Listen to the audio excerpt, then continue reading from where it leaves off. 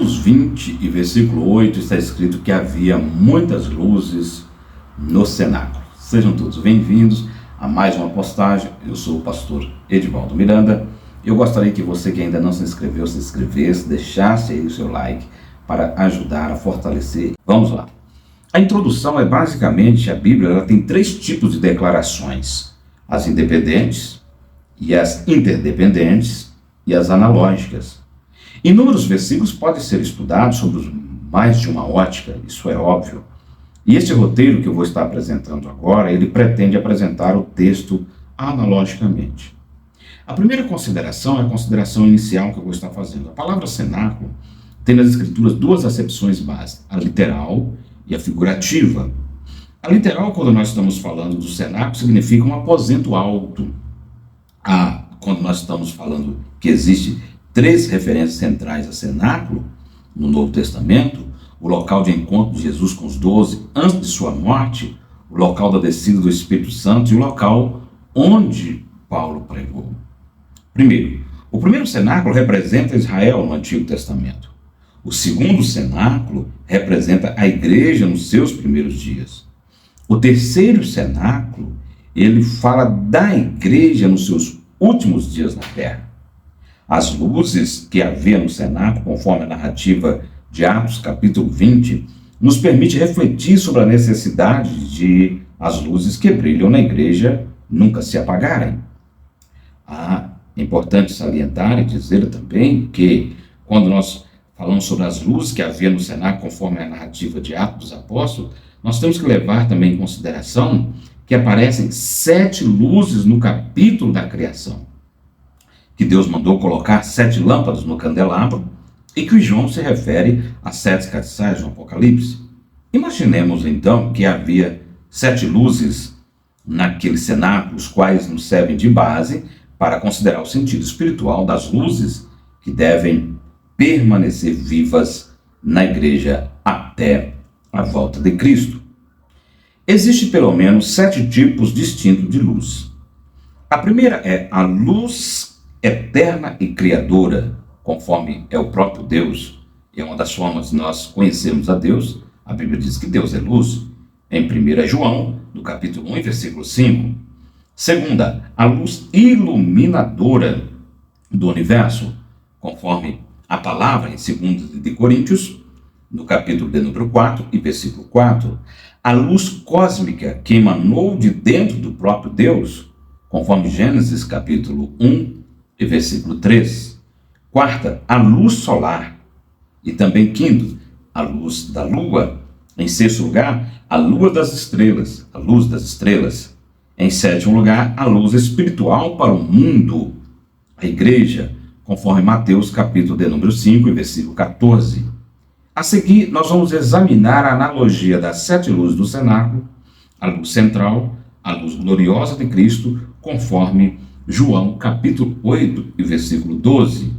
Ele diz: eu estou no meio. Este é o lugar de Cristo, sempre estar no meio. Quando mencionamos as 3 pessoas da Trindade, ele aparece no meio. Ele foi crucificado no meio entre 2 malfeitores. Depois de ressuscitado, Jesus apareceu em uma reunião dos discípulos, estando as portas fechadas, e pôs-se no meio deles. A árvore da vida estava no meio do jardim do Éden. Ao longo das épocas, o inimigo tem tentado deslocar Jesus do centro. Cada pregador do evangelho deve prestar uma contribuição para fazer com que os seus ouvintes se apercebem do verdadeiro lugar de Cristo. A luz da palavra. A palavra de Deus é uma luz, conforme o Salmo de número 119, versículo 105, e também 18 e 28, e também Jó, capítulo 29 e versículo 3. Igreja sem palavra é igreja sem luz. Igreja sem palavra é jardim sem flores. Igreja sem palavra é constelação sem estrela. Igreja sem palavra é automóvel sem motor. Se alguém prega algo que não é a palavra, a luz se apaga. A palavra é guardiã dos segredos do eterno, a reveladora dos mistérios de Deus, conforme 1 Coríntios capítulo 4 e versículo de número 1. A luz do conhecimento espiritual, em terceiro lugar. Trevas são ignorância, luz é conhecimento. Não quero, irmãos, que sejais ignorantes. Paulo disse isso em 1 Coríntios, capítulo 12, versículo 1, e também em 1 Tessalonicenses, no capítulo 4, versículo 13. O conhecimento vem através de 3 fontes. Primeira, observação. Segunda, investigação. E terceira, revelação. À luz de revelação profética, nós podemos ler em 1 de Pedro, no capítulo 1, versículo 19. A oração de Paulo em favor dos Efésios foi no sentido de que essa luz não se extinguisse, não se apagasse. Efésios, capítulo 1, versículo 17. Vale mencionar também a oração do apóstolo em favor dos Colossenses, conforme Efésios, capítulo 1, e versículo de número 9. Existe uma formidável luta entre a luz e as trevas, uma figura entre as profundezas de Satanás e as profundezas de Deus. Em quarto lugar, a luz da santidade coletiva da igreja. O apóstolo João advertiu solenemente se andarmos na luz. Santidade é andar na luz da verdade. Santidade é viver em transparência. Jesus declarou assim: vós sois a luz do mundo, conforme Mateus capítulo 5, versículo 15. A igreja tem a sublime e a inalienável tarefa de aceitar, cultivar, declarar e projetar luz da santidade de Cristo. Ela foi proclamada por Pilatos, conforme João capítulo 18, versículo 38. Ela foi proclamada por Judas, conforme Mateus capítulo 27, versículo 4. Lembrando que a Bíblia menciona 2 tipos de Judas, o bom e o outro. Ela foi proclamada por Paulo em 2 de Coríntios capítulo 5, versículo 21. Ela foi proclamada pelo ladrão da cruz em Lucas capítulo 23, versículo 41. Ela foi proclamada por João em 1 de Coríntios capítulo 1, versículo 1 até o versículo 13. Ela foi proclamada por Pedro em 1 de Pedro capítulo 2, versículo 21. Ele mesmo a proclamou conforme João capítulo 8 e versículo 46. Em quinto lugar, a luz da pureza pessoal de cada crente.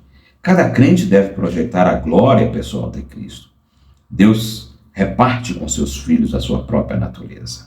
O Espírito Santo cuida de atuar fortemente na vida de cada crente, a fim de mantê-lo em estado de pureza pessoal.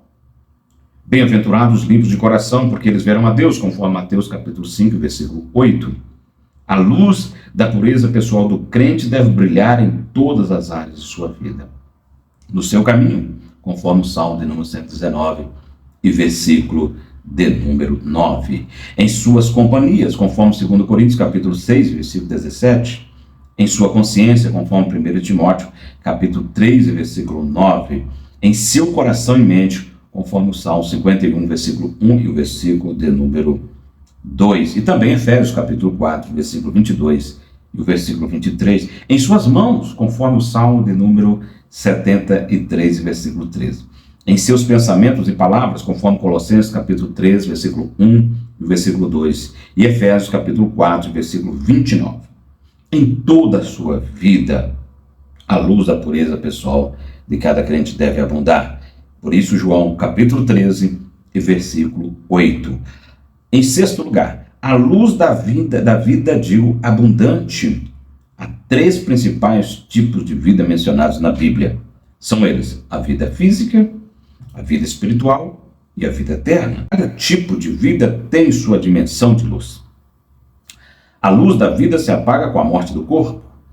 A luz da vida espiritual se apaga quando a pessoa aparta-se de Deus. A luz da vida eterna jamais se apaga. Jesus disse: eu vim para que tenhais vida, tenham vida e tenham em abundância. João capítulo 10, versículo 10. Em sétimo lugar, a luz da glória de Deus. A palavra glória tem vários significados, tais como honra, poder, majestade, valor, estima, etc. Isaías no capítulo 42, versículo 8 até o versículo 12.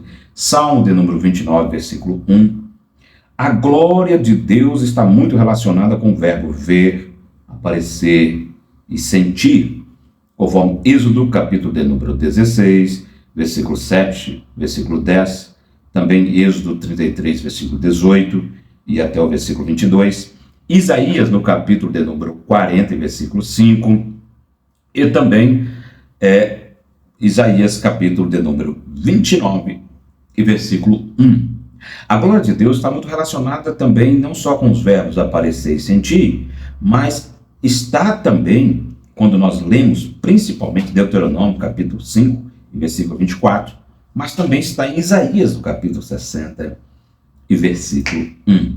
A glória do Senhor é eterna, porque ela está vinculada à sua própria natureza eterna. A glória de Deus é a luz que emana do seu rosto.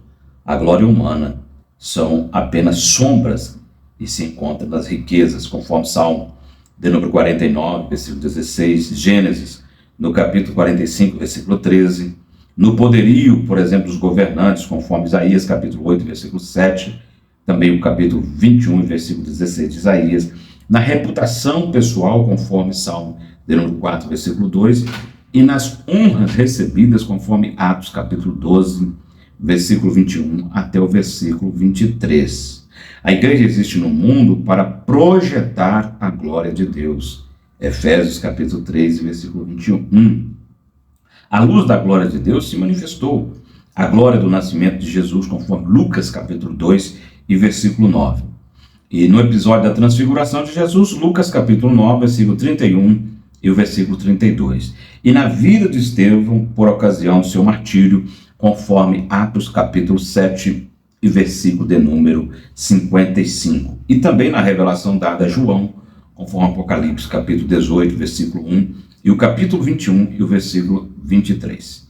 E para concluir, como eu trouxe aqui algumas linhas mestras que definem o que é roteiro, depois eu vou estar falando mais abrangentemente o que é e como formula e o que é um sermão. Hoje eu trouxe um roteiro baseado sobre as luzes do cenáculo, navegando nas Escrituras Sagradas, baseado nessas linhas mestras. Conclusão: o texto não declara que havia lâmpadas, diz que havia luzes. Jamais permitamos que nossas vidas se transformem em meras lâmpadas, mas que eternamente seja uma luz que ilumine o mundo e que está espessa escuridão. Até a próxima, querendo Deus.